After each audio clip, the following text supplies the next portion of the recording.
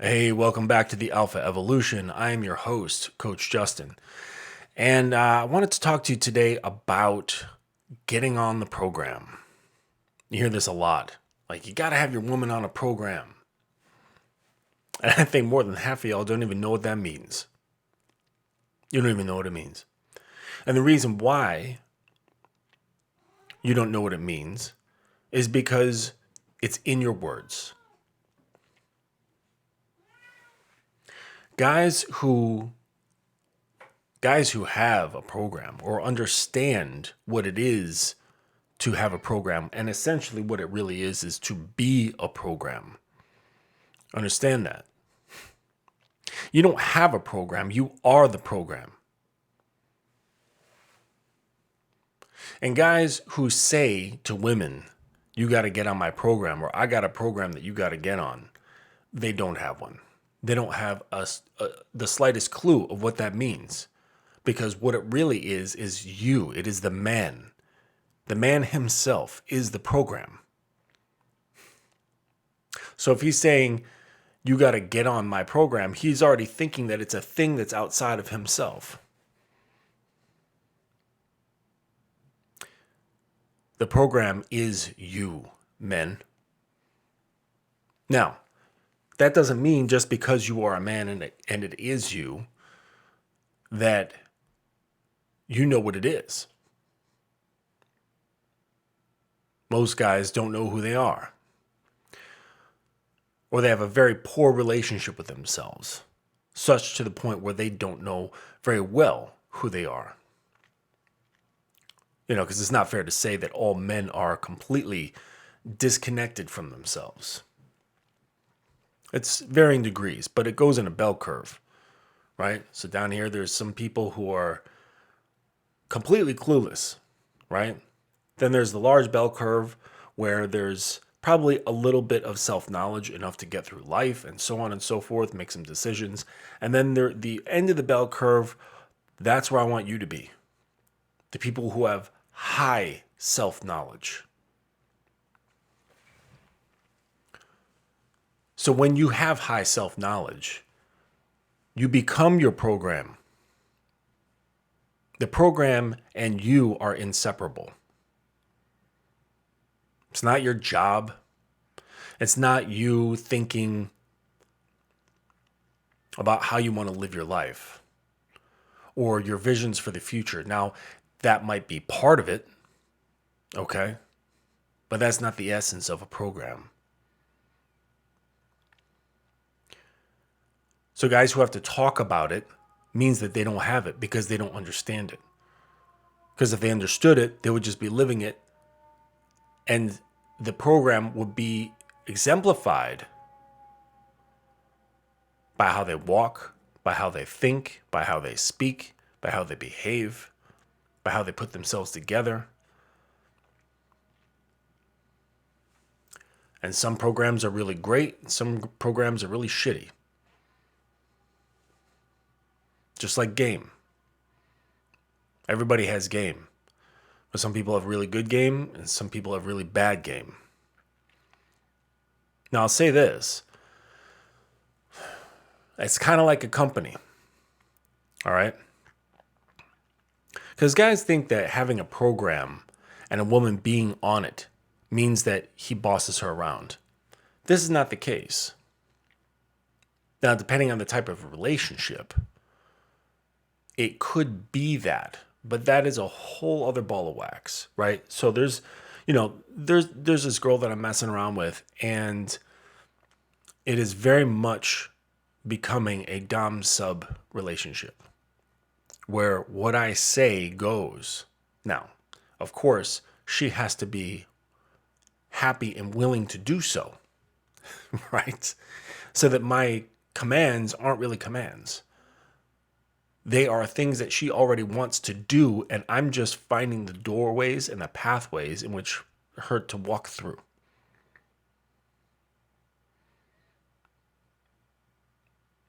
She already has the paths, right?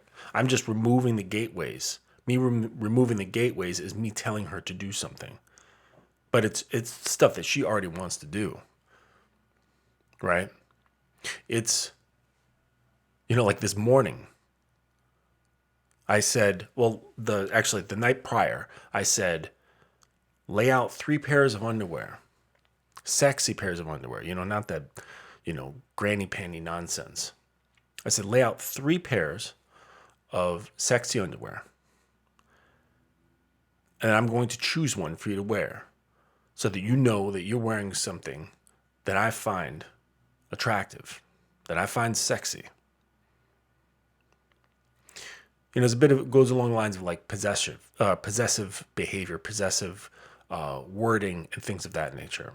And when done in the right way, see, here's the thing: you can't want to possess and use the language, because then it comes off like you actually like want to possess in a needy way, right? The words might be the same, but they don't come from a place of neediness. Okay? The possession is more like you're mine, but I really don't care. it's complex. So but I chose the black ones, right? It's like nice black lacy ones, and she was happy to oblige. She said, "Thank you for choosing underwear for me," right? Now, granted, this isn't something that's like off the top. Like, there were things that came up through to this point that I masterfully concocted so that we're in this arena that we're in now. Granted, she also has to be willing, right? So she's giving herself permission to get on my program. Not once did I say you have to get on my program, or I demand this of you if you want me to pay attention to you or whatever, right? She already knows about how I live my life, how I think, and she appreciates it. So she is just willing. She's like waiting, like, Justin, give me things to do. Put me at task.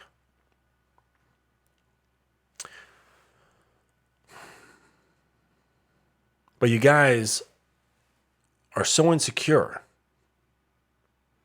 You're so needy for female validation that you'd probably be scared to talk to a woman this way. And B, the direction that you're giving is really just to secure yourself. It's really just to make yourself feel better so that your ego can relax. And then if she does something off, right, like off program or whatever, immediately you're going to start feeling bad. You're going to start feeling scared, nervous, anxious, and so on. That's how you know you're not even on your own program. Because the number one rule of your program is that you come first. You come first by loving yourself, by being your own biggest fan, by not needing validation from other people in order to feel good about yourself. Be it good validation by doing stuff and having people praise you, or bad validation by pushing others down.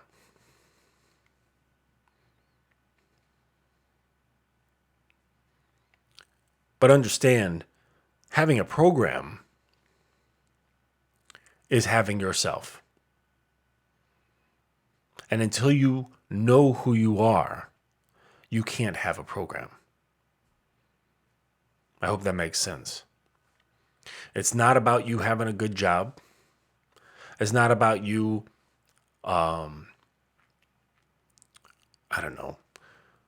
having a regular fitness regime in your life. It's not about saving money for the future. It's not about eating healthy, being vegan, whatever. It's not about that. It's not about the external things. It's all about inside that makes a difference. So much like a company, right? So if we look at a company and their program is itself, its vision, it's the company vision, it's the business plan, right? It's the mission statement. That's part of it. It's about having, yes, its finances set in such a way that they can make projections, so they can track its progress, so it can watch its mistakes, learn from them, and improve. It's about having complete confidence in itself and loving what it does. It has bylaws, rules, and regulations by which this company can behave. And then once the company adheres to all of this, that then starts trickle-down effect to the CEO, to the CFO, to the COO, and all the other executive levels. Then it goes down to the varying degrees of employees, from middle management down onto the person in the mailroom. Your regular employees, that is the woman in your life. And this doesn't mean you have to be a baller. Shoot, you could work at Dwayne Reed and be the program. Again, it has to do with self-love, self-respect. That's where a program comes from. That's how it's formed. It's formed of you. The company can't think that it isn't number one and have a good company. Right? Do you think Nike thinks it's number two? No. It believes wholeheartedly in the fact that it is the number one sports apparel company in the world. But guess what? Reebok thinks the same thing. Let's say Reebok's numbers are lower. Who cares? They're not thinking about that. They're just thinking about not how it compares to Nike, but Reebok is looking at what they did last year. Same with Adidas and all the others. And when one of these companies brings on a new employee, they're like, congratulations, you made it through the mess. You surpassed all of your competitors. Welcome to the team. I look forward to having you as part of our family here. And I expect the best out of you.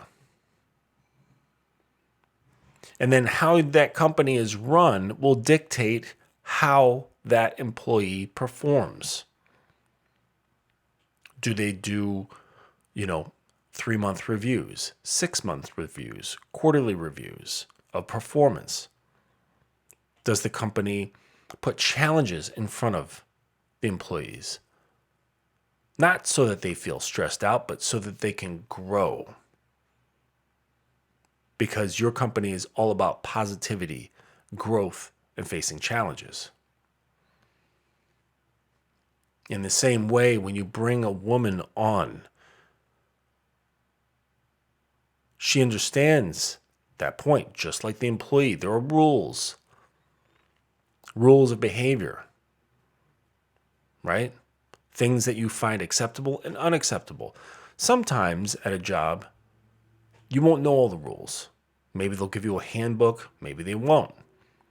But either way, you'll find out what's acceptable and not acceptable. Maybe they don't give you a handbook and you think it's okay to show up 10 minutes late. The manager comes over, hey, excuse me, you can't be showing up 10 minutes late. I want you here 10 minutes early. You give that warning. If it gets violated again, I'm sorry, but there's the door. You're not paying attention. You don't want better for yourself. And this place is all about wanting better for oneself. So we can't have people like you working here, because it's like you could take a gallon of water and put one drop of poison into it, and it's no longer water. I mean, it is, but it's now contaminated, even by one little drop. In the same way, when you bring a woman on, who cares that she can give you sex? Right? That's like saying hiring an employee and being like, "Oh, I can't fire them because they make money for me." Are you saying they're not replaceable? They're doing all this, terrible behavior, things that are messing with the flow of your company. You're having to come talk to them, but you're afraid to fire them because they're bringing in money for you. That's terrible, terrible thinking. In the same way, you're a guy, you got a woman in your life or one of the women in your roster, and she is not doing what's necessary to keep the team positive, forward moving, progressive, challenge seeking, winning mindset. How can I help mindset? Then you got to let them go. It's as simple as that. If you're not here to help us, then you shouldn't be here. If you're not here to get with this company, then you shouldn't be here. It's very clear what we're about. Now that's key. Most guys are not clear about what they're about, because how can you know what you're about if you don't know who you are?